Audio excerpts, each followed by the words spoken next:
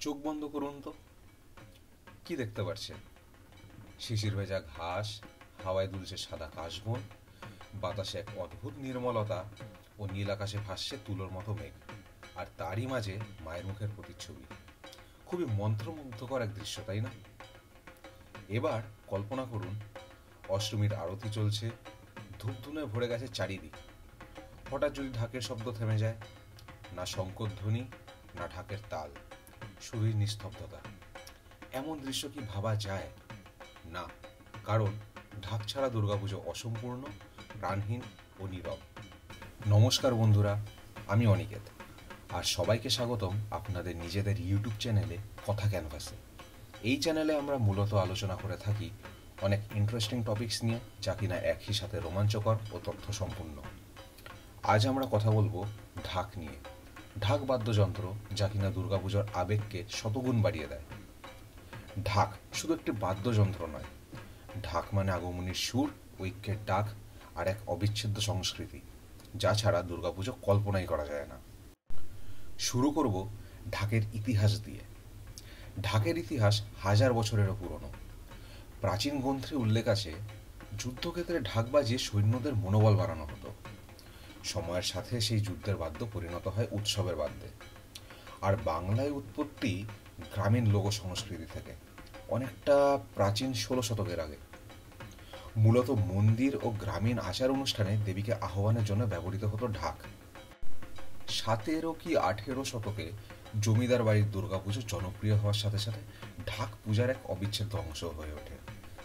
বাংলায় দুর্গাপুজো যখন রাজা মহারাজাদের পৃষ্ঠপোষকতায় জমকালো উৎসব হয়ে উঠল, ঢাক তখন থেকেই তার অঙ্গ হয়ে যায়। শাস্ত্র অনুযায়ী ঢাক বাজলে আশেপাশের নেতিবাচক শক্তি দূর হয়, তাই পুজোর প্রতিটি পর্বেই ঢাকের মাহাত্ম্য অপরিহার্য। এবার আমরা কথা বলবো ঢাকের পরিকাঠামো নিয়ে। ঢাক দেখতে সাধারণ হলেও এর প্রতিটি অংশেই লুকিয়ে আছে প্রকৃত অর্থ, যা কিনা একই সঙ্গে বিস্ময়কর ও কল্পনাতীত। ঢাকের কাঠের দেহটি শক্তির প্রতীক, দুপাশের চামড়া সৃষ্টি ও বিনাশের দুই দিক। বাঁশের কাঠি মূলত মানুষের হাত, যা শক্তি যোগায়। কেউ কেউ বলেন এই দুই পাশের ভিন্ন সুর মার দুই রূপকে বোঝায়, এক হলো শান্তি আর এক হলো শক্তি। ঢাক নিয়ে তো কথা বললাম, এবার বলবো ঢাকিদের নিয়ে, যাদের হাত রয়েছে এই ঢাকের প্রাণ সঞ্চার করবার পেছনে। ঢাকিরা কারা? ঐতিহ্যবাহী ঘুরে বেড়ানো ঢাকবাদকরা মূলত মুর্শিদাবাদ, বীরভূম, নদিয়া, বর্ধমান প্রভৃতি জেলা থেকে আসেন। বেশিরভাগই আর্থিকভাবে পিছিয়ে পড়া সম্প্রদায়ের মানুষ। দুর্গাপুজো তাদের জন্য বছরের সবচেয়ে বড় অর্থনৈতিক অবলম্বন।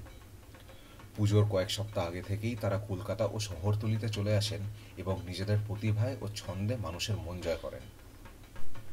ঢাকের সুর কিন্তু বাধা নিয়মে আবদ্ধ নয়, এটি স্বতঃস্ফূর্ত ও আবেগময়। ঢাকি নিজেই ঢাকের সঙ্গে নাচেন, এটাই হলো ঢাকের অনন্য আকর্ষণ।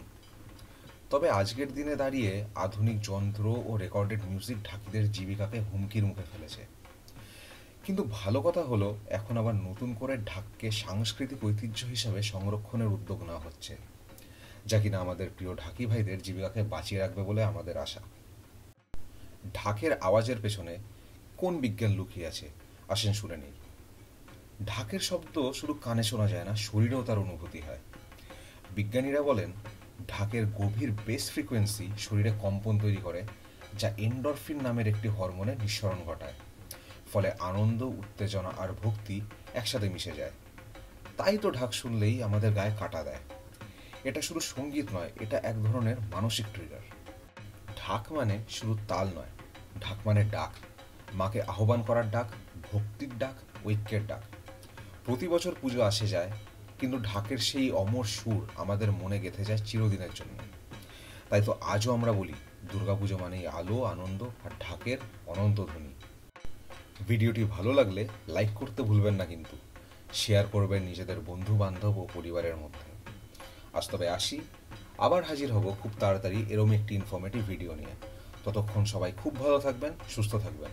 নমস্কার।